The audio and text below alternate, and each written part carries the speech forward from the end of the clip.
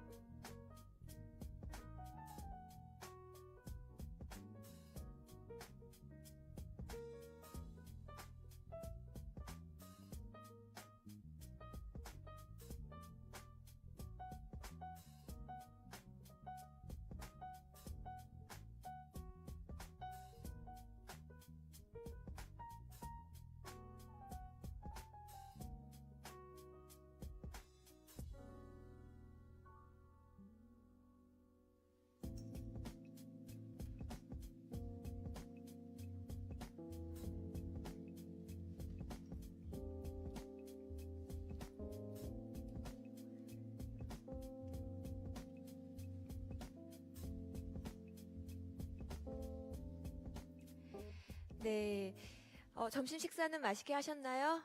네, 항상 이런 행사를 지금 기획하고 운영을 하면 점심 식사 시간이 중간에 있으면 식사를 하시고 안 오시면 어떡하지? 네, 이렇게 또 늦게 오시면 어떡하지? 이런 이런 걱정들을 늘 많이 하는데 또 오늘 이렇게 오전에 와 주셨던 분들이 지금 점심 빨리 드시고 또 이렇게 자리에 착석해 주셔서 너무 감사합니다. 오전 시간에 이어서 이 특별 강연은요, 공간에 대한 이야기입니다.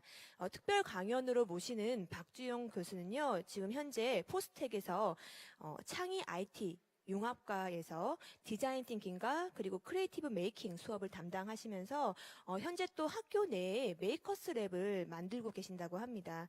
오늘은 또 이 박주영 교수님께서 건축을 전공을 하신 분이세요. 그래서 건축가로서 공간이 지니는 어떤 중요함과 그 힘에 대해서 또 창의적인 사람을 위해서는 또 어떤 공간이 우리가 있으면 또 창의성이 더 깨어나지 않을까 하는 시기에 있어서의 이야기들로 오늘 공간 이야기를 한번 해보도록 하겠습니다.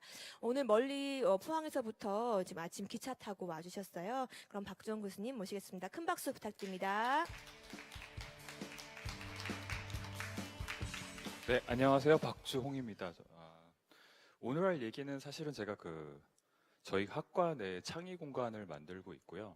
그러면서 설계를 하면서 사실 저희 교수님들한테 프레젠테이션 했던 내용이고요. 제가 사실은 그동안 이런 공간을 꽤 오랫동안 만들고 싶어 했었는데 포스텍에서 저한테 그런 기회를 주셔서 고민을 했던 내용을 여러분들께 소개를 좀 해드리겠습니다. 제가 알기로 여러분들 중에 아마 창의 공간을 만드시거나 계획하시고 계신 분이 계시다면 좀 오늘 프레젠테이션이 도움이 좀 되리라 생각을 합니다. 일단 우리가 창의적인 사람을 위한 창의적인 공간이라고 하는데요. 여러분 이걸 아직을 이해를 좀 아마 하시기가 힘드실 겁니다. 그래서 우리가 잘 아는 공간과 그 어떤 사람에 대해서 좀 일단 먼저 설명을 드릴까 합니다. 그래서 일단 우리가 알아야 되는 게 어떤 우리가 생각이나 아이디어가 있으면 그게 공간으로 표현이 되고 그게 공간으로 표현이 되면 우리는 그 속에 공간을 사용하는 사용자들은 그 공간에 의해서 어떤 퍼포먼스나 행동의 변화가 오게 됩니다. 그래서 사실 저희가 같이 유지를 해야 되는 게 이 세 가지입니다. 어떤 아이디어가 있고 목적이 있으면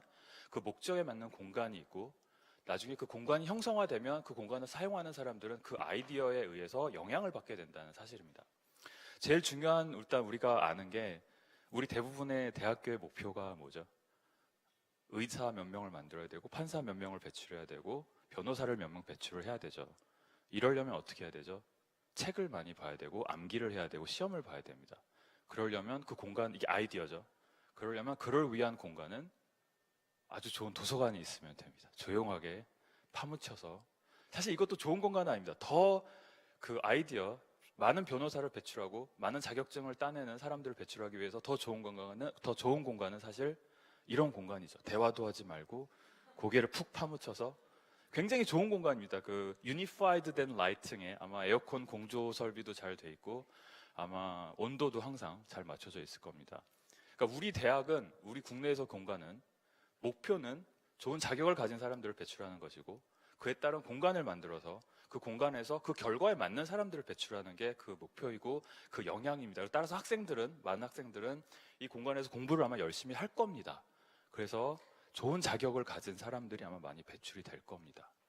그럼 이 프레임을 약간 창의적인 공간, 창의적인 사람들을 위한 창의적인 공간을 어떻게 하면 바꾸는지를 다시 한번 이제 설명을 해드리겠는데, 일단 비슷한 사례로 다른 대학의 예를 한번 들어보겠습니다. 사실 제가 몇 안 되는 운 좋은 사람들 중에 하나인데 석사는 하버드에서 했고요, 박사는 MIT에서 했는데 하버드의 미션을 아마 좀 읽기가 힘드실 테니까 제가 읽어드리면요.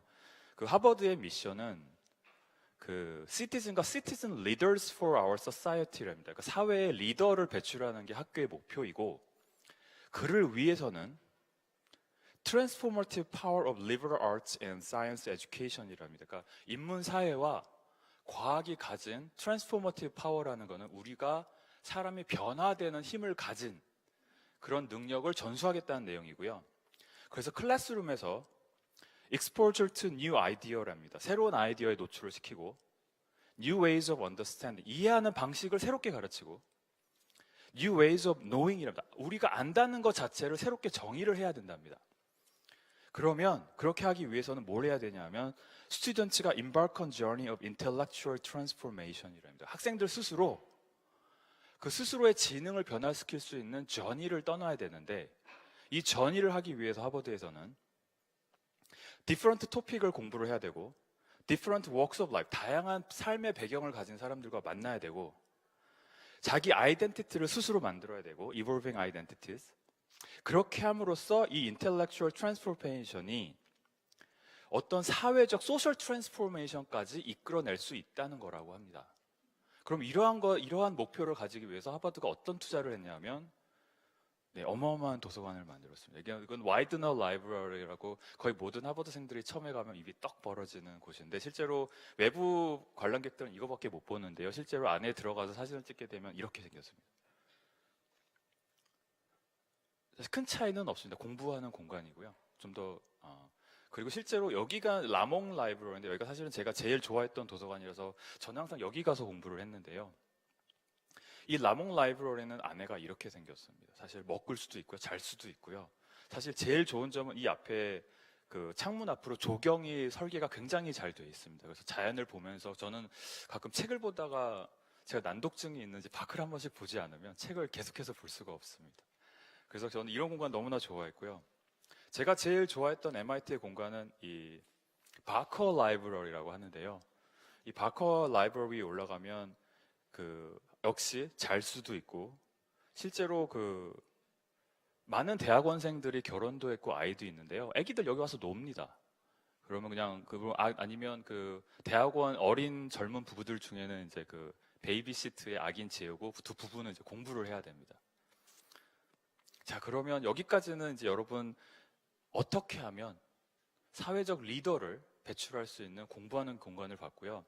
이제 프레임을 약간 바꿔서 자, 이제 여러분 공부하는 사람을 위해서 어떻게 공간이 만들어져서 좋은 공부를 잘하는 사람은 사회적 리더를 배출하는 걸 보셨다면 지금부터 이제 이 프레임을 가지고 어떻게 하면 창의적인 사람을 위한 창의적인 공간을 가져올 수 있는지를 얘기를 해보도록 하겠습니다. 이거 약간 건축에 대한 이해가 좀 필요한데요. 실제로 이거는 마니주라고 해서 16, 17세기에 태양왕 루이 14세가 자기의 권력을, 자기의 힘을 과시하기 위해서 전 세계의 모든 특이한 동물들을 프랑스로 가져다가 프랑스 안에 동물원을 만든 겁니다. 당연히 전 세계의 모든 다른 동물들을 궁전 안에서 관리를 하기 위해서는 관리라는 개념이 필요하고 그 관리를 효율적으로 하기 위해서는 중앙에 관리실을 두고 동선을 줄여서 다양한 동물들을 관리할 수 있게 해줍니다. 이 개념을 실제로 동물원에서 보면 아시겠지만 동물들이 주변에 있고요. 안에 관리하는 곳이 중앙에 있게 됩니다. 이거를 프랑스 건축가가 페놉티콘이라는 감옥을 설계하는데 이 아이디어를 차용했다고 합니다. 실제로 확실히 차용했는지 안 했는지는 알 수 없으나 차용했을 거라고 미셸 푸코가 얘기를 했답니다. 그래서 미셸 푸코는 이 이야기를 통해서 사실은 감시와 처벌이라는 책에서 이 공간이 왜 효과적인지를 설명을 하는데 실제로 죄수들은 이 주변의 공간에서 머물 수 있게 되고요. 창문이 바깥쪽으로 내 있기 때문에 이 뒤쪽에 있는 공간을 볼 수가 없습니다. 무슨 뜻이냐면 관리하는 사람들은 죄수를 볼 수가 있는데 죄수들은 관리자가 자기를 보는지 안 보는지를 모릅니다. 그러니까 이 사람은 항상 누군가 나를 지켜볼 수도 있구나. 하지만 그 사람이 보이질 않으니 24시간 내내 나는 감시를 당하고 있구나. 그렇기 때문에 조심을 해야 되겠구나라는 비헤이비어를 가져옵니다. 행태의 변화를 가져오게 되고요. 굉장히 효율적인 감옥을 형성하게 됩니다. 그래서 실질적으로 우리가 어떤 공간을 얘기할 때 이 공간에 대해서는 여러 가지 빛도 있고 시선도 있고 온도도 있지만 제가 오늘 얘기하는 거는 그 시선에 대한 얘기를 하는 겁니다. 우리가 누구를 본다라는 건 권력을 의미하는 것이고 누군가에게 보여짐을 당한다라는 것은 실제로 지배를 당한다라는 개념입니다. 그래서 실제로 이 페놉티콘은 아이디어상으로만 멈췄고 실제로 지어지진 않았는데 남미의 여러 나라에서 실제로 지어지고 있다고 합니다. 굉장히 효율적으로 죄수들을 감시할 수 있는, 실제로 미셸 푸코는 이 얘기를 통해서 하고 싶었던 건 공간에 대한 얘기가 아니고 실제로 우리가 정보화 사회에 있어서 정보를 컨트롤하고 관리하는 사람이 독재의 가능성이 있으며 그 컨트롤을 볼 수 없는 일반 사람들이 감시를 당하고 있다는 얘기를, 권력의 관계를 설명하고 싶어 했습니다. 사실 미셸 푸코는. 그러면 우리가 이제 그 지금 얘기를 드렸던 것처럼 어떤 효율적인 관리라는 아이디어에서 그 아이디어를 패놉티칸이라는 원형 공간을 만들어서 실제로 사람이 어떻게 지배를 받는지를 설명을 드렸습니다. 그렇다면 우리가 창의적인 공간과 창의적인 사람들을 위해서는 어떤 아이디어가 필요한지와 그 아이디어를 어떻게 건축으로 풀면 그 창의적인 사람들이 나올 수 있느냐를 지금부터 얘기를 좀 드리겠습니다. 실제로 그래서 제가 이제 한 두세 가지의 아이디어를 설명을 드릴 텐데요. 이건 제 얘기는 아니고 그동안 이러한 거를 연구했던 사람들의 연구를 소개해드리는 차원입니다. 그래서 제일 첫 번째는 이제 from individual learning에서 to network learning이라고 하는데, 학습에 대한 정의가 바뀌었습니다. 학습이 물론 미국에서도 60년대, 70년대, 우리나라에서도 80년대에 학습이라 함은 글을 읽거나 손으로 써서 외워서 내 머릿속에 들어와 있어서 다른 레퍼런스 없이 항상 꺼낼 수 있으면 그걸 지식이라고 설명을 했습니다. 그런 지식을 학습하기 위해서는 아까 보여드렸던 도서관에서 공부를 하면 되는 것인데, 실제로 학습이 그게 과연 올바른 학습인가에 대한 이제 질문을 하였고, 그거에 대한 답변이 사실은 굉장히 재밌게도 건축가에게서 나왔습니다. 이 크리스토퍼 알렉산더는 사실 버클리 건축대학 교수였는데요. 이분은 사실은 도시를 연구하는 분이었습니다. 그래서 이제 여러 가지 도시들의 패턴이 있고 그 패턴들이 어떻게 효과적으로 이용될 수 있느냐라는 책인데, 이 그중에 한 챕터를 보면 이제 네트워크 러닝에 대한 개념이 나옵니다. 이 네트워크 러닝의 개념이 뭐냐 하면 역시 안 보이시겠지만 이제 네트워크 오브 러닝입니다. 이게 이제 18세기에 있었던 패턴인데, 그 도시가 교육을 위해서 만들어질 수 있다라는 개념이고요. 이 도시가 어떻게 해서 교육을 위해서 쓰여질 수 있느냐 하면, 일단 학습이 decentralized the process of learning and enrich it through contact with many places and people 이랍니다. 그러니까 학습이란 거는 혼자서 도서관에서 공부를 하는 게 아니라 많은 사람들을 만나고 많은 공간에서 인터액션이 있을 때 enrich가 된다는 개념이고요. 그 인터액션이라 하는 게 무슨 뜻이냐면, 워크숍이 있고 어느 한 도시에 많은 장소와 사람이 있는데 거기는 그 중에는 많은 장소 중에는 워크숍이라는 곳이 있고, 만드는 장소. Teachers at home are working through the city. 선생님들이 교실에서도 가르칠 수 있지만 길거리에서도 학생들을 만나서 가르칠 수 있고, Professionals willing to take on the young as helpers. 직업을 가진 사람들이 어디 뭐 놀이터나 이런 데서 어린아이들을 가르칠 수도 있고, Older children teaching young children. 나이가 든 학생은 나이 어린 학생들을 가르칠 수 있고, Museums, 여기 뮤지엄이죠.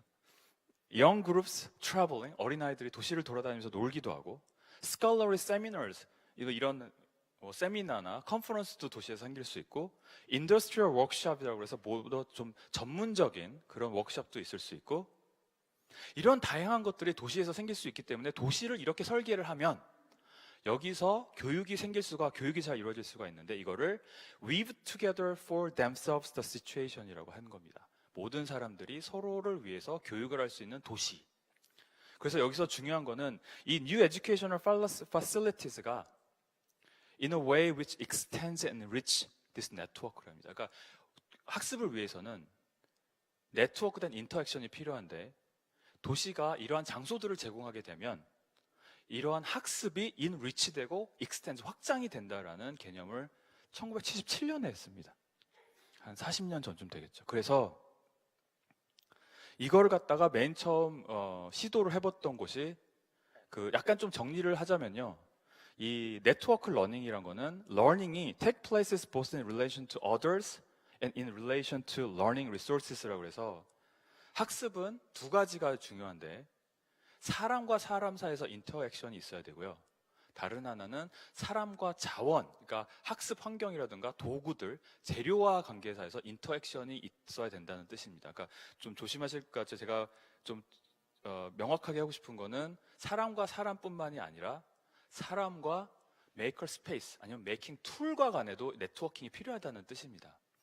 그래서 실제로 이제 미디어 랩이 1980년대에 만들어졌는데요. 실제로 80년대에 미디어 랩이 만들어진 이유는 뭐 기계공학과는 기계공학과 나름대로, 컴퓨터 사이언스는 나름대로 다 전문적인 성공을 이뤘지만, 그럼에도 불구하고 새로운 발견이나 새로운 지식이라는 것은 융합적인 학문으로 발전이 돼야 하는데, 실제 기존의 건물에서는 그게 있을 수 없다라고 하여 몇몇의 선지자들이 미디어 랩을 만들었는데, 실제로 아이디어는 이런 네트워크 러닝을 구현을 했는데, 건축적으로는 사실 그렇게 구현을 한 것 같지는 않습니다. 실제로 미디어 랩의 구간을 보게 되면 공간들이 굉장히 클러스터가 돼서 굉장히 작은 창문 안에서 실제로 MIT 전체적인 그 건축 철학이 있는데요. 그게 뭐냐면 비가 오나 눈이 오나 춥거나 덥거나 연구를 하자입니다.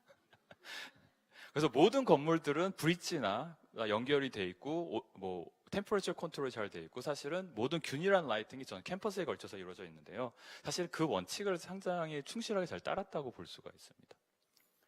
근데 이거는 사실 이제 미디어 랩이 새로 된 신관인데요. 보시면 아시겠지만 완전히 다릅니다. 사실은 그 신관은 거의 구관에 대한 엔타이 미디어 랩입니다. 좀 더 내부적으로 설명을 드리자면, 이게 평면인데요. 오른쪽에 있는 게 구관이고, 그때 건축 철학은 boxes inside box고, 왼쪽에 있는 게 신관인데 이쪽은 boxes outside of box입니다. 이게 무슨 뜻이냐면, 실제로 구관에서는 자잘자잘한 교수님들이나 디렉터들의 연구실이 있고요. 단독적인 랩들이 클러스터를 만들어 있는데, 클러스터들 간에는 벽이 쳐 있어서 서로 교류를 하지 않습니다. 그러니까 나만의 공간에 들어가서 내 연구실 팀과 나 혼자 열심히 연구를 하겠다라는 내용입니다. 반면에 신관에서는 boxes outside of box라서, 그러면 랩들 간의 오픈은 어떻게 하면 이루어질 수 있고, 심지어는 그 모든 것까지도 공개하겠다는 것을, 실제로 선을 보면 여기는 진하고 여기는 얇죠. 진한 벽들은 이 가로쳐져 있는 이제 뭐 콘크리트나 벽돌벽이고요. 이 얇은 벽들은 유리문을 사실은 건축적으로 표현을 한 겁니다. 그래서 실제로 보게 되면 이 왼쪽이 박스스 인사이드 박스라고 해서 뭐 보시겠지만 교수님 방이 구석에 있고요.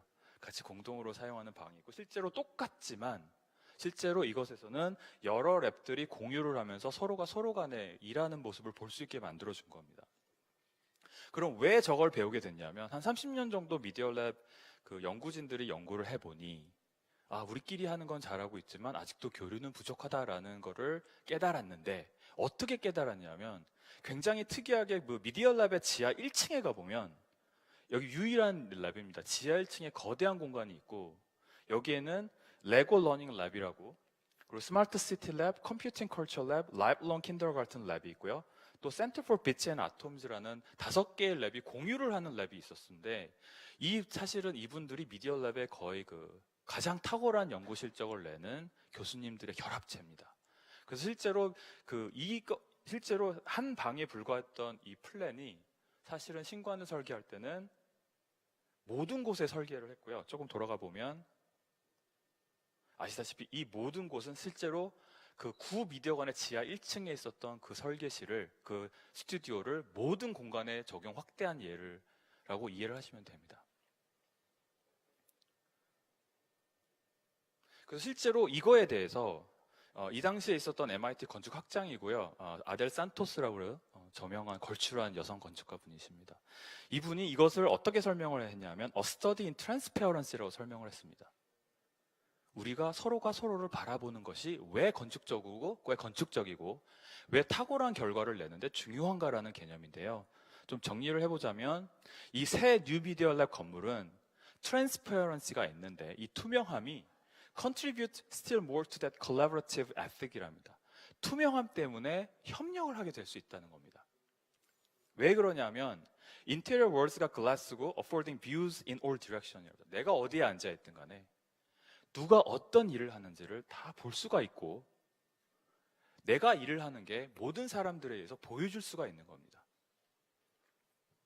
그렇게 되면 일을 한 사람 볼 수가 있고, 또한 사람을 보는 게 아니라 그 사람들의 일을 하는 과정을 보게 되고, 일을 하는 과정에 산출됐던 중간 결과물들을 볼 수 있게 되는 게 중요하다고 하는 내용입니다. 그럼 그게 왜 좋냐면, It is very exciting atmosphere, colorful, spirited, and incredibly joyful space랍니다. 그러니까 내가 남의 일을 보는데, 여러분 혹시 화실에 가본 적 있으신가요? 화실에 가면 그렸던 물건들, 찢어진 거, 오래된 벽화들을 보는 것 자체가 컬러풀하고 조이풀한 거를 그런 화실과 같은 아뜰리에 개념을 미디어 랩이 연구 공간화하려고 했던 겁니다. 그리고 다시 다른 예를 들어서 이건 하버드 건축대학원의 예인데 1972년도에 사실은 하버드 건축대학원이 처음 생겼고요. 그 당시에는 건물이 없었다고 합니다. 그래서 실제로 그냥 하버드 주변에 있는 5개의 건물에 수업을 할 수 있는 공간은 다 마련이 되었었답니다.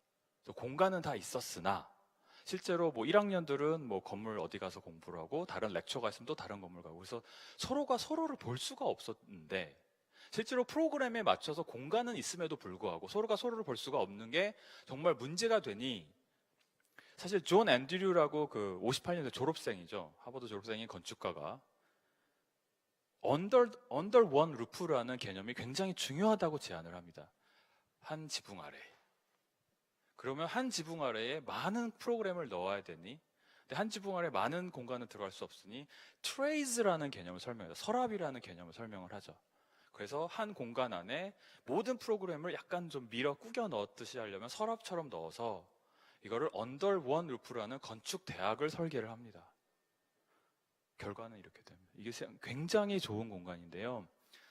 제가 럭키하게 여기서 미국 건축 프로그램 3년 반 과정이고요.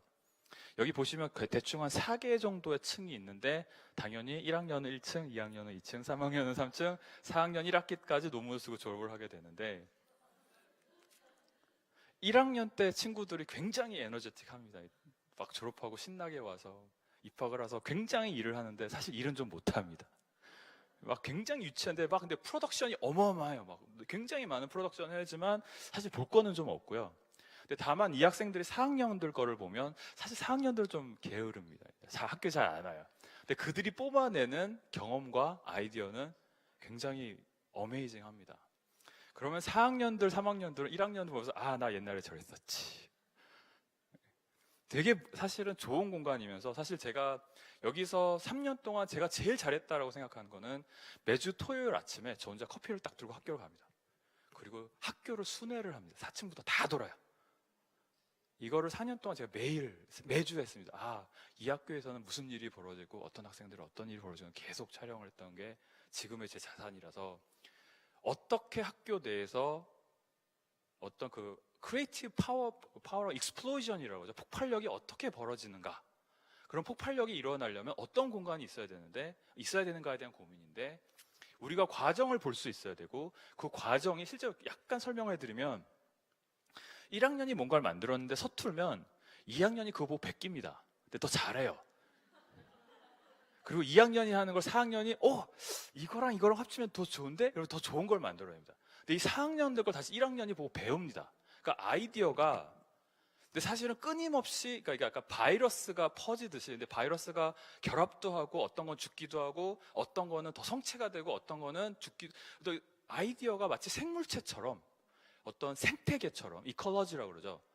아이디어가 버섯 포자 퍼지듯이 퍼지면서 한 학기 동안 어떤 건 커지기도 하고 어떤 건 다음 해로 넘어가기도 하고 어떤 건 죽기도 하는 이 아이디어가 끊임없이 학교 내를 돕니다. 마치 어떻게 설명하면 그 아이디어의 유령들이 학교를 이렇게 어떤 스피릿이 학교를 싹 돕니다. 이런 끊임없는 스피릿이 끊임없이 돌고 있는 게 하버드 건축대학원입니다.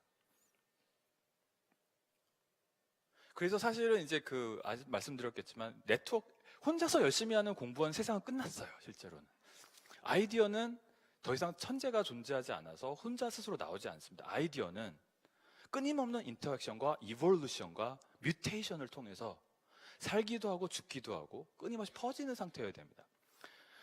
이제 다른 두 가지 이제 아이디어인데요. 창의적인 공간을 위해서는 두 가지 이제 트랜스포메이션이 필요한데 하나는 단순히 배우는 자가 엔드 유저, 그냥 커스터머죠. 사용자, 툴을 쓰는 사람이 아니라 툴 자체를 만들어낼 수 있는 크리에이터가 돼야 된다는 개념과 어떤 메이커 스페이스는 그 안에서 단순히 기계를 사용해서 만들고 패브리케이트를 하는 공간이 아니라 패브리케이트 하는 과정에서 이노베이티브 아이디어가 나올 수 있는 공간이 돼야 된다는 겁니다. 왜 이런 이유가 나왔냐면 실제로 그 MIT 미디어 랩에는 그 교육에 대한 이론 중에 컨스트럭셔니즘이라는 개념이 있고요. 이건 이제 그 세이모 파펫이라는 그 교육 아마 전공을 하셨으면 절대 잃어버릴 수 없는 분이 설명을 한 건데, 이제 두 가지, 학습에 대해서 제가 좀 재정의를 해야 된다고 하는데 두 가지를 설명을 드리는데요. 하나는 학습이란 거는 선생님이 학생에게, 그러니까 지식을 더 가진 선생님이 학생에게 지식을 전달하는 게 아니라 선생님이 학생들에게 설명을 하면 각자의 학생들은 제한된 경험과 제한된 지식으로 자기가 이해한 만큼만 그 지식을 재생산을 합니다. 그러니까 지식은 전달이 되는 게 아니고요. 지식은 학습자에 의해서 생성이 되는 겁니다. 그 말은 제가 지금 여기 메이커스페이스에서 설명을 하는데요. 여러분이 제 말을 이해한 게 아니고 여러분이 한 3, 40명이 30가지의 다른 뜻으로 이해를 하고 가시는 겁니다. 두 번째는 이 재생산이 될 때 쓰거나 암기에 의해서가 아니라 어떤 개인적으로 의미 있는 물건을 만들 때 뇌가 촉진이 된다는 겁니다. 그러니까 이 재생산을 할 때, 우리가 공부를 하거나 운동을 할 때 밥을 먹어야 에너지가 생기듯이 이 재생산을 할 때는 어떤 연료가 필요한데 그 연료가 무언가를 만들거나 아니면 이것은 사실 하드웨어, 소프트웨어 양적인 면에서 프로그램을 만들어도 되고 어떤 물건을 만들어도 되지만 무언가를 만들어야 된다는 내용입니다. 그래서 실제로 스탠포드에서 사실 2000년대 초반부터 미국에서는 메이커스페이스가 굉장히 전 페더럴 스테이트에서 많이 생겼고요. 이걸 갖다 스탠포드에서 분석을 해봤습니다. 도대체 어떤 일이 일어나는가? 정말 만들고 이런 메이커스페이스를 하면 학생들이 다 크리에이티브해지고 잘 만들었을까를 질문을 하고 조사를 해보니 아니랍니다. 무슨 일이 있었냐면 이제 키체인 신드롬이라고 해서 지금 우리나라도 약간 비슷한데요. 거의 모든 메이커스페이스는 이벤트화 돼서 운영이 됩니다. 무슨 소리냐면 한 2, 3일 정도의 프로그램으로 외부 사람들이 왔다 배우고 집에 갑니다. 뭐 제일 열성적인 학생들이 한 두세 번 더 옵니다. 근데 사실 다 새로운 사람들이 몇 번 그래서 제가 이벤트라고 합니다. 왔다가 가는. 이 이벤트를 하게 되면 어떤 일이 벌어지냐면 키체인 신드롬이라는 게 벌어지는데 이게 뭐냐면 기계를 처음에 봅니다. 와. 그리고 거의 모든 워크숍에서 우리나라는 어떤 걸 하는지 모르는데 미국에서는 키체인을 personally meaningful한 오브젝트를 컨스트럭셔니즘을 따라서 키체인을 만들으라고 한답니다. 열쇠고리. 그러면 항상 가지고 다닐 수 있고 이다 3D 프린트로 열쇠고리 뽑았다라고 친구들에게 자랑할 수 있는. 그래서 그걸 한 다음에 집에 가기 전에 선생님이 학생에게 물어본답니다. 너 만약 집에 레이저 커터나 3D 프린터가 있으면 뭘 만들어 보고 싶니? 그랬더니 키체인. 왜 뭔가를 만들어보지? 나 됐어. 키체인. 더 이상의 학생들이 깊은 사고를 이끌어낼 수가 없었답니다. 그러니까 학생들이 그 프로그램 교육 받은 대로에서의 어떤 옵티마이제이션을 하는데 내가 이틀 교육 받았고 3D 프린터를 한두 번 쓸 수 있으니 그 안에서 내가 할 수 있는 건 키체인밖에 없다라는 걸 깨닫는답니다. 그래서 실제로 미디어 랩에 가보면 이 미디어 랩의 신관의 1층인데 거의 한 4분의 1, 한 5분의 3에 해당하는 1층의 제일 좋은 공간에 머신샵이 있습니다. 이 머신샵은 간단한 기계부터 전문적인 기계까지 모두 오픈이 되어 있는데 사실은 좀 여러 가지 이슈가 있습니다. 안전 이슈도 있고요. 기계의 난이도가 있어서 학습을 해야 되고 기계를 쓰다가 도움도 많이 받아야 되는데 이거를 하기 위해서 MIT가 프로그램을 제공을 합니다. 정규 수업으로. 그래서 로봇함들 같은 전문적인 기구도 되게 많고요. 사실은 지금의 세대에 있어서 로봇을 쓰는 것보다 로봇을 어떻게 컨트롤하고 로봇 자체를 만들 수 있는 것까지가 사실은 학생들이 배워야 되는 핵심 내용 중에 하나입니다. 실제로 이 닐 걸션필드라고 이제 그 MIT에서 제일 그 선구적으로 메이커스페이스를 만들고 이거를 전 미국에 이제 그 알려준 그 교수님이신데요. 이분의 수업 중에 그 How to Make Everything이라는 수업이 있습니다. 사실 How to Make Almost Everything입니다. 미디어 랩에만 있었던 수업이고 지금 한 2004년부터 됐고요. 2011년부터는 이게 미디어 랩에 있는 수업인데 너무 교육적인 효과가 좋으니 MIT 건축대학에서도 그 짝퉁 버전이라고 쓰고 뭐 세마이즈 트윈 버전 하나 더 개설했습니다. 왜냐하면 그 수요는 너무나 높은데 공급이 감당이 안 되니 수업 하나를 더 만들어 버렸습니다. 건축대학 내에. 뭘 배우냐면 한 학기 내내 아마 좀 보시기가 힘들겠지만 좀 설명을 드리자면 인트로덕션이라고 해서 컴퓨터 에이드 디자인, 그러니까 소프트웨어 스케치업이나 뭐 CAD를 조금 배우고요. 프로젝트 매니지먼트 컴퓨터 컨트롤 커팅이라고 해서 바이닐 커터나 레이저 커터 같은 걸 일주일 동안 배우고 일렉트로닉스 프로덕션이라고 해서 PCB 서킷 디자인도 배웁니다. 우린 다 알두이노 같은 거 사다 쓰잖아요. 이 친구들 만들었습니다. 그리고 3D 스캐닝 프린팅은 설명 안 해도 아실 거고, 일렉트로닉스 디자인이라고 해서 아예 부품까지 저항, 뭐 카패시터, 마이크로 컨트롤까지 디자인해서 만들어 쓸 수 있고, 그러니까 자기만의 알두이노를 디자인해서 만들었습니다. 그리고 인베디드 프로그래밍이라고 해서 사실 어셈블리를 가르쳐 주는데요. 지금은 아마 파이썬이나 C 같은 랭귀지도 가르쳐 주고, 몰딩 앤 캐스팅이라고 해서 여러분 아시겠지만 이렇게 주조하는 거죠. 이렇게 껍데기 만들어서 부어 주물로 떠서 만드는 거. 그 다음에 인풋 디바이스라고 해서 각종 센서들을 다 가르쳐 주고요. 아웃풋 디바이스라고 해서 모터, 뭐 LED 라이트, 스피커 이런 쪽으로 가르쳐 주고, 미케니컬 머신 디자인이라고 해서 그 금속 웰딩하고 로봇 만들 수 있는 기반을 가르쳐 주고, 인터페이스 앤 애플리케이션 프로그래밍이라서 그 화면 디자인하고 UX, UI 디자인 가르쳐 주고, 네트워킹이라고 해서 인터넷 서버 쓰는 거 가르쳐 주고, 와일드카드 위크에서 나머지는 이제 파이널 프로젝트를 합니다. 그러니까 한 학기 내내 가르쳐 줍니다. 그러니까 뭔가 3D 프린터를 만들고 쓸을 튼다는 게 한두 번에서 안 된다라는 거를 사실 제가 하고 싶은 건 이게 안 된다라는 거를 제가 사실 오늘 말하고 싶어서 왔습니다. 프로그램이 필요하고요. 실제로 MIT에서 그럼 이걸로 이게 끝나느냐 하면 이걸 가지고 이건 기초만 배우고요. 실제로 다른 스튜디오나 다른 연구 수업에 가서 이걸 이제 활용을 합니다. 이제 2년, 석사과정 2년 내지는 박사과정 3, 4년 동안. 그러니까 이게 이 디지털 패브리케이션이나 메이킹이 하루 이틀이나 한 달, 두 달 갖고 되는 게 아닙니다.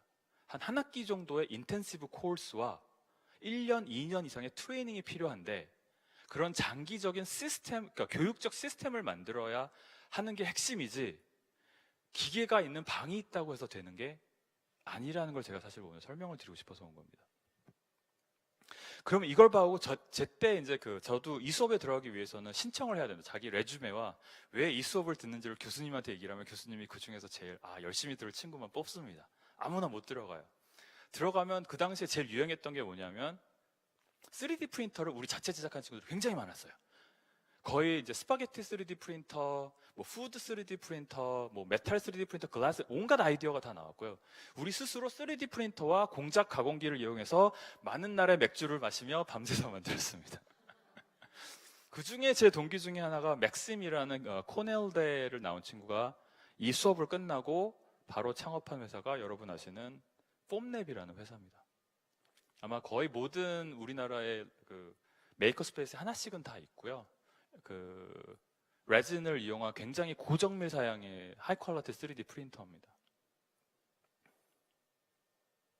우리가 메이커 스페이스에서 뭔가를 가르친다면 3D 프린터로 뭐 연필 깎기나 필통이나 이름을 뽑는 게 아니라 그걸로 새로운 툴을 만들어서 새로운 툴로 가능한 뭔가를 이루어내는 게 목표가 되어야 되지 않을까라는 게 제 생각입니다. 그래서 실제로 이제 저희 창의 IT에서 새로 건물을 짓고요. 한 7, 8년부터 이제 건물을 만들었는데, 그냥 사석에서 들은 말인데, 우리나라의 MIT 미디어 랩을 꿈꿨는데, 제가 오기 전까지 미디어 랩을 경험한 사람이 한 명도 없었답니다. 그래서 제가 여기 미디어 랩과 같은 공간을 만들려고 했고요. 다행히 저에게 미션을 주셔서, 이제 1층과 지하 1층에 제일 좋은 공간을 저에게 주셨는데요. 1층에는 저희가 스튜디오가 4개가 있고요. 그리고 지하에는 그 스튜디오의 한 반의 반 이상의 메이커 스페이스가 있습니다. 그래서 실제로 약간 설명을 드리자면, 1층에는 음악실과 뭐 갤러리가 있고요. 밑에는 이제 납땜하고 스프레이를 할 수 있는 스프레이룸이 있고, 그리고 밑에는 핀업 공간과 로봇 테스트할 수 있는 필드가 있고, 그리고 드론 필드와 같이 전시하고 이런 공간이 1층에 있고요. 여기에 하게 되면 학생들한테 한 학기 동안 데디케이티드 데스크라고 해서 한 학기 동안 너 책상에서 한 학기 내내 일해 라고 얘기를 합니다. 그럼 학생들은 사실 지금까지는 수업을 위해서 교실에 가서 교수님들과 만나고 그랬는데, 이제 학생들 일만 하면 되고요. 저희가 그냥 가서 중간중간 피드백을 주면 되는 구조의 교육 시스템을 저희가 지금 테스트를 하고 있습니다. 그리고 지하 공간에는 3D 프린터, 레이저 커터 같은 안전한 공간 같은 거, 사실 이 북쉘프가 있는데 저희는 한 1인당 1프린터를 제공할 계획을 세우고 있고요.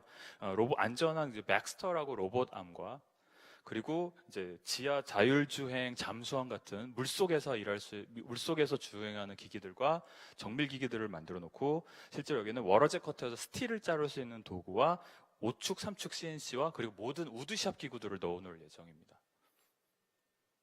그렇게 되면 이제 최종화 이게 정리가 된 거고, 실제로 공간은 이제 이렇게 생겼습니다. 그래서 여기서 학생들이 자기들끼리 마음껏 24시간 내내 일할 수 있는 공간을 저희가 만든 겁니다.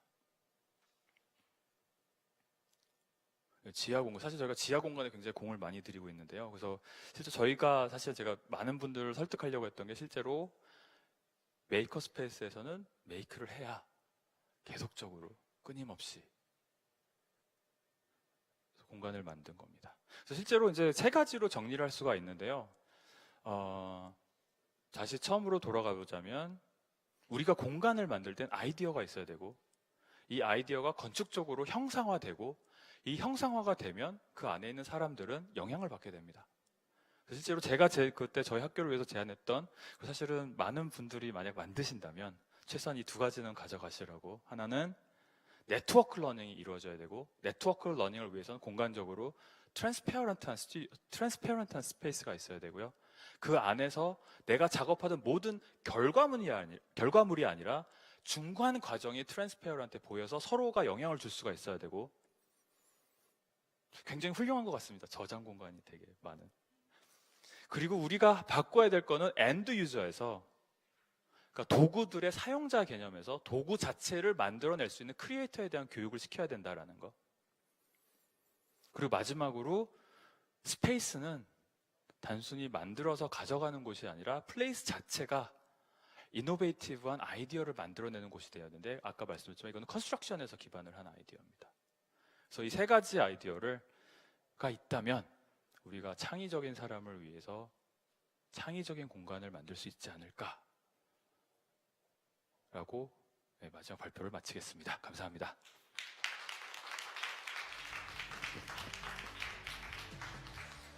좀 빨리 끝나는데 혹시 질문이 있으신가요?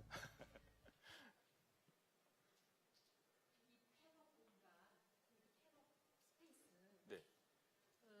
를 보자마자 그런 전문가적인 입장에서 어느 정도 만족하고 계신지 플러스 알파가 무엇인지 좀 설명 좀 해주세요.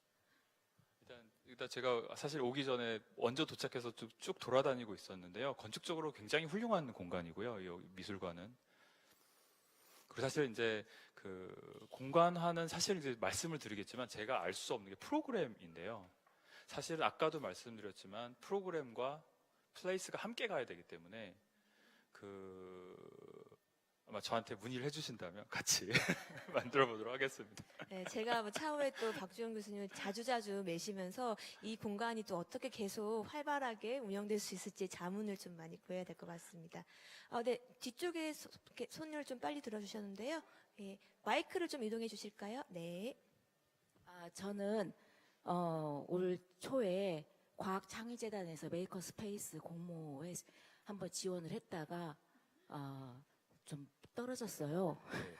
그런데 이제 가장 그거 한 달 동안 지원서를 준비하면서 고민했던 게 이 하드웨어 도구가 아니라 설사 내가 나한테 그걸 선정해준다 해도 나는 이거를 어떤 프로그램으로 해나갈까 하는 걱정이 사실은 굉장히 컸었어요. 네, 떨어져서 다행인데 궁금한 게 많은 대학들이 몇 년 전에는 무한상상시라고 해가지고 많은 하드웨어적으로만 팽창을 시켜놓고 아무것도 안 하는 대학들이 너무 많았어요. 너무 얄밉고 그랬는데 풀스택이 선구적으로 그러면 가장 궁금한 게 이거를 그렇게 많이 지금 건축적으로 설명을 많이 하셨는데 그게 중요한 게 아니라 이런 그 MIT에서 경험을 녹여낸다면은 학제 개편이 돼야 되지 않을까.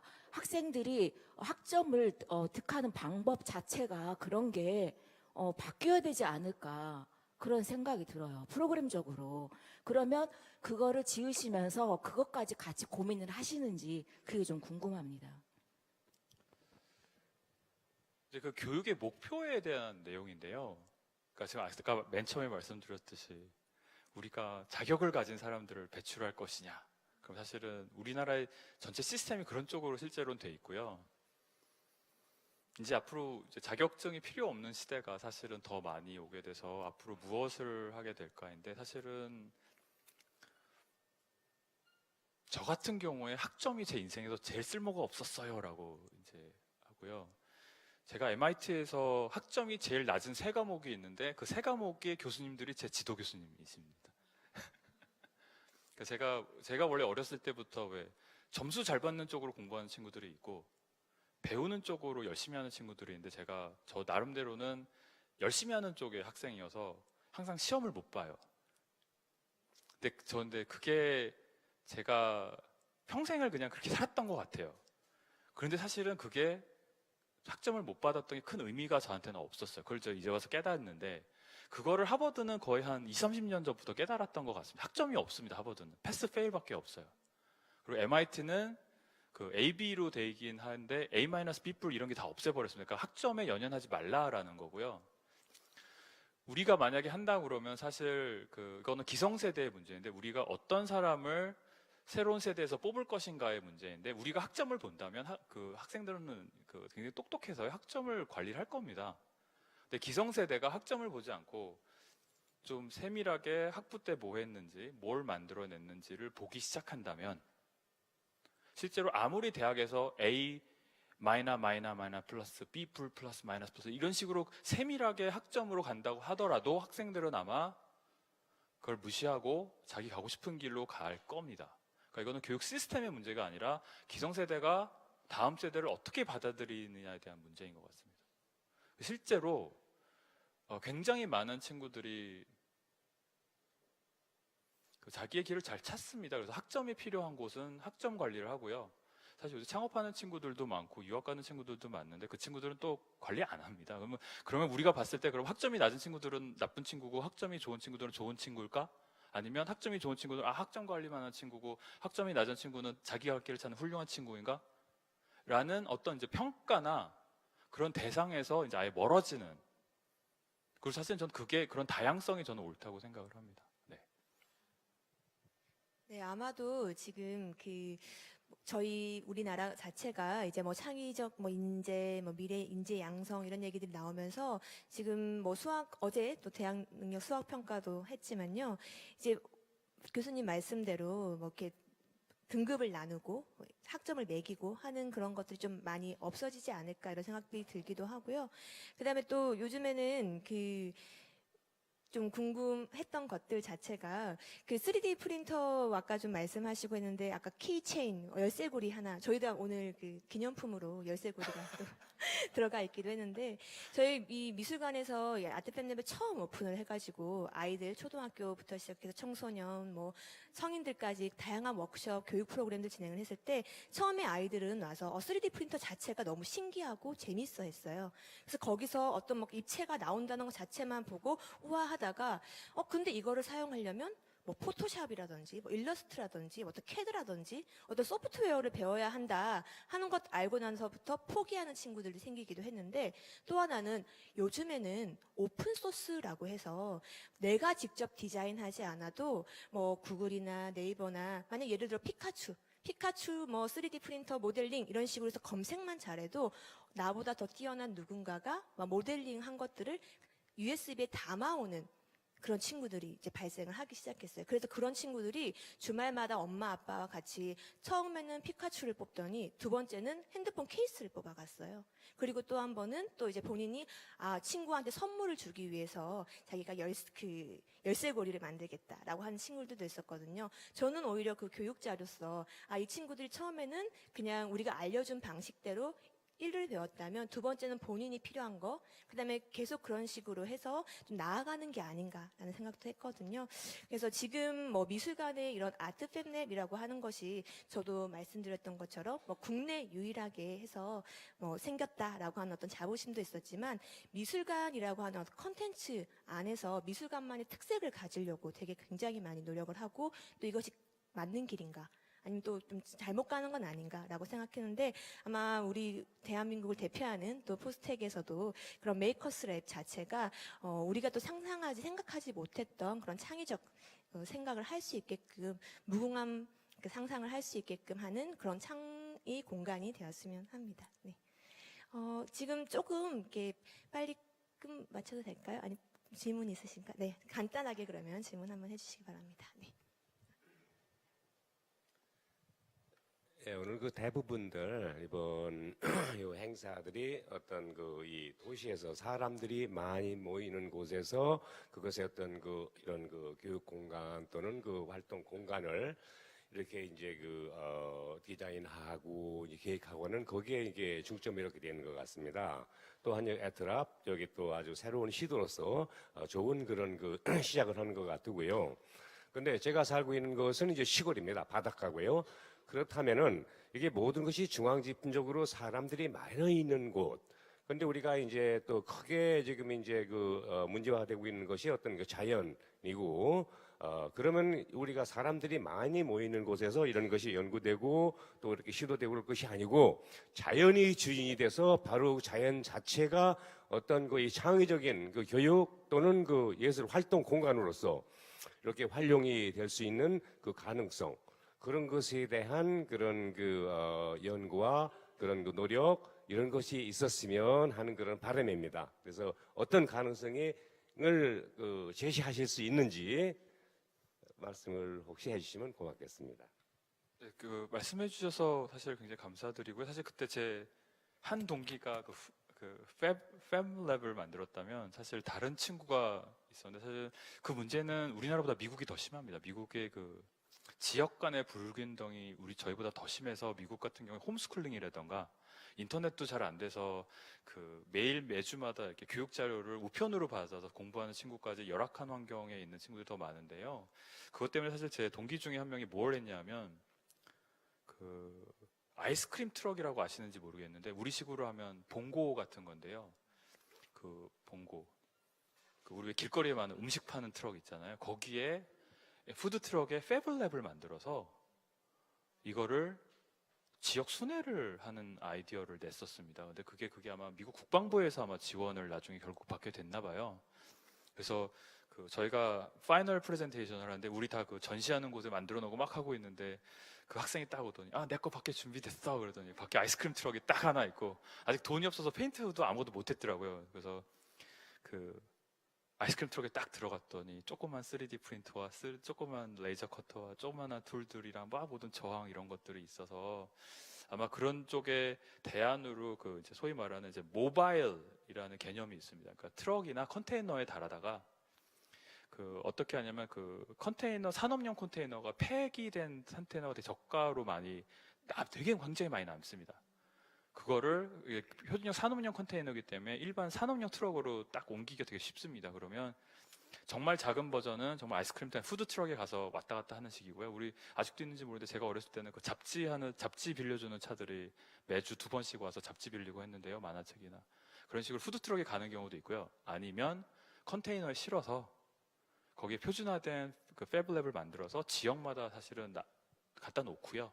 정기적으로 메인터넌스를 위해서 다시 어디 저장하는 곳에 옮겼다가 메인테너하고 다시 갖다 주는 식으로 우리 배터리 교환하듯이 그런 아이디어가 사실 또 많이 있습니다.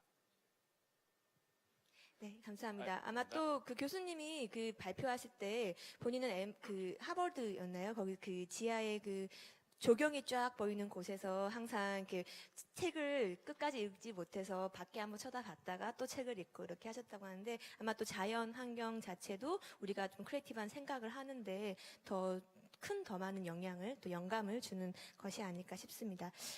지금 이제 저희가 오전부터 지금 오후 특별 강연까지 이렇게 해서 우리의 오늘 오픈 토크는 좀 마치도록 하려고 합니다.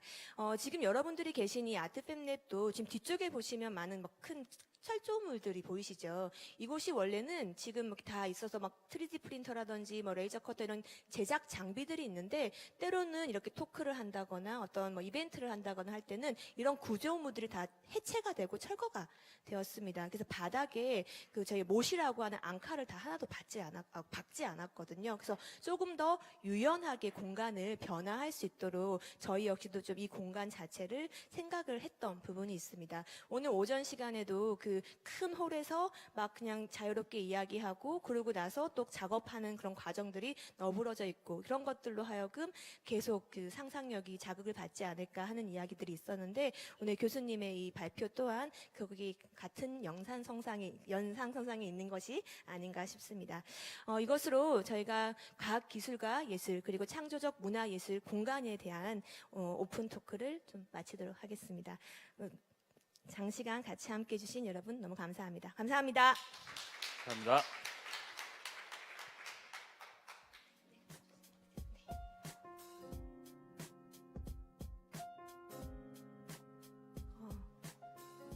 오후 지금 특별 강연 같은 경우에는요, 별도의 신청자분을 받았습니다. 그래서 20명 신청자에 한해서 지금 3강의실에서